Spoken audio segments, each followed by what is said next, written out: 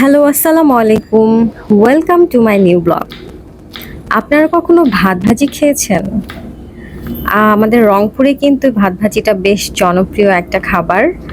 আমরা রাতে যদি কোনো ভাত বেঁচে যায়, তাহলে সকালে সেই ঠান্ডা ভাতটা পেঁয়াজ, রসুন, মরিচ, হালকা হলুদ, তেল দিয়ে ভাজি করে ভাত ভাজি, ফ্রাইড রাইস না অ্যাকচুয়ালি, এটা হচ্ছে ভাত ভাজি খেয়ে থাকি। তো আমি আজকে সকালে আমার গত রাতে অনেকটা ভাত বেঁচে গিয়েছে।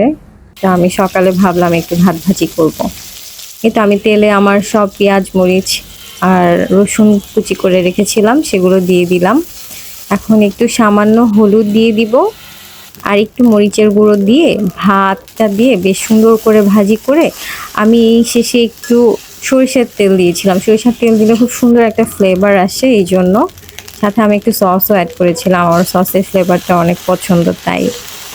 এই তো এভাবেই ভাজি করে নিলেই ভাত ভাজি রেডি।